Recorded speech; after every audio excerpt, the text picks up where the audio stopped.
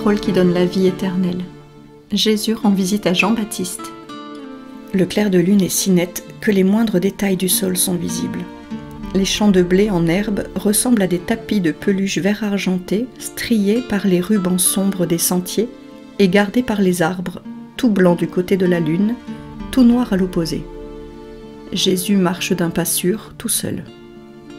Il suit très rapidement son chemin jusqu'à ce qu'il trouve un cours d'eau qui descend en gargouillant vers la plaine en direction nord-est. Il le remonte jusqu'à un endroit solitaire près d'une pente boisée. Il tourne encore, grimpe un sentier et arrive à un abri naturel sur le flanc de la colline. Il entre et se penche sur un homme étendu qu'on distingue à peine sous la clarté de la lune qui éclaire le sentier mais ne pénètre pas dans la grotte. Il l'appelle. Jean. L'homme se réveille et s'assied, encore tout ensommeillé. Mais il comprend vite qui est celui qui l'appelle et se lève vivement pour ensuite se prosterner à terre en disant « Comment se fait-il que mon Seigneur soit venu jusqu'à moi ?» Pour réjouir ton cœur et le mien. Tu as désiré me voir, Jean, me voici. Lève-toi, sortons au clair de lune et asseyons-nous pour parler sur ce rocher près de la grotte. Jean obéit, se lève et sort. Mais une fois Jésus assis, il s'agenouille en face du Christ dans sa peau de brebis qui couvre mal son corps très amaigri, renvoie en arrière ses cheveux longs et en désordre, qui lui retombent sur les yeux, pour mieux voir le Fils de Dieu. Cela fait un très grand contraste. D'un côté Jésus, pâle et blond, aux cheveux soyeux et bien peignés, avec une barbe courte au bas du visage.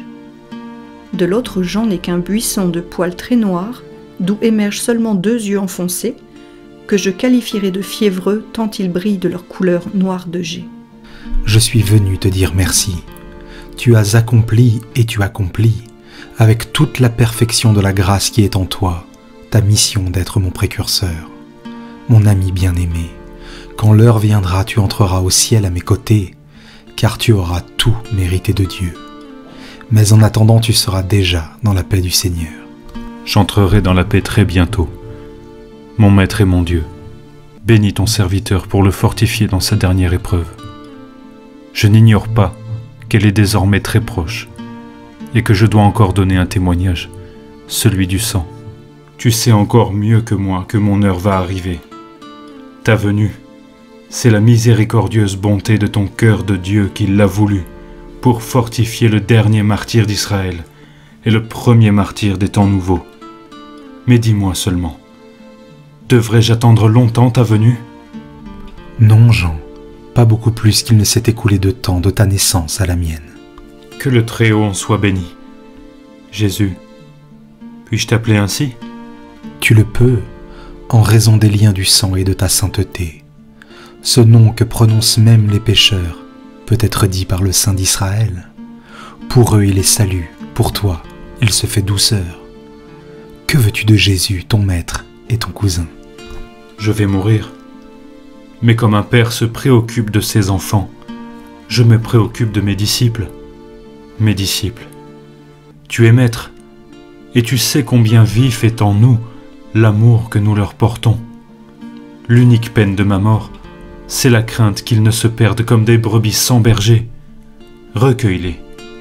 Je te rends les 3 qui sont à toi, et qui furent pour moi de parfaits disciples, en t'attendant, toi. La sagesse est réellement présente en eux, en particulier chez Matthias. J'en ai d'autres, et ils viendront à toi.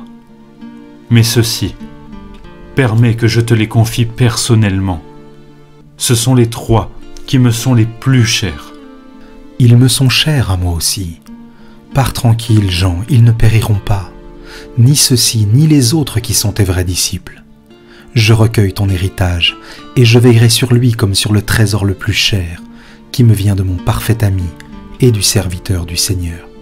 Jean se prosterne jusqu'à terre, et, chose qui paraît impossible chez un personnage si austère, il pleure, secoué par de forts sanglots de joie spirituelle. Jésus lui pose la main sur la tête. Tes pleurs, qui sont joie et humilité, font écho à un chant lointain au son duquel ton petit cœur a tressailli d'allégresse. Ce chant et ces pleurs forment le même hymne de louange à l'Éternel, qui a fait de grandes choses, lui qui est puissant chez les âmes humbles. Ma mère, elle aussi, va de nouveau entonner le cantique qu'elle a chanté alors. Mais ensuite, elle aussi obtiendra la plus grande gloire, comme pour toi, après le martyre. Je t'apporte aussi son salut, ses souhaits les meilleurs et son réconfort. Tu les mérites.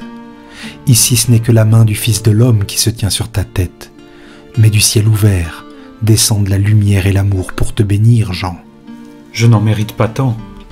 Je suis ton serviteur. Tu es mon Jean. Ce jour-là, au Jourdain, j'étais le Messie qui se manifestait. Ici, en ce moment, c'est le cousin et le Dieu qui veut te donner le viatique de son amour de Dieu et de parents. Lève-toi, Jean, donnons-nous le baiser d'adieu. Je n'en mérite pas tant. Je l'ai toujours désiré pendant toute ma vie. Mais je n'ose faire cet acte sur toi. Tu es mon Dieu. Je suis ton Jésus. Adieu. Mon âme se rapproche de la tienne jusqu'à la paix. Pour ce qui est de tes disciples, vis et meurs en paix. Je ne puis te donner que cela à présent. Mais au ciel, je te donnerai le centuple, car tu as trouvé toute grâce aux yeux de Dieu. Il l'a relevé, l'a étreint, et ils se sont embrassés sur les joues. Puis Jean s'agenouille encore, et Jésus lui impose les mains sur la tête, et prie en levant les yeux vers le ciel. On dirait qu'il le consacre. Il est imposant. Le silence se prolonge ainsi pendant quelque temps, après quoi Jésus prend congé avec son doux salut. Que ma paix soit toujours avec toi.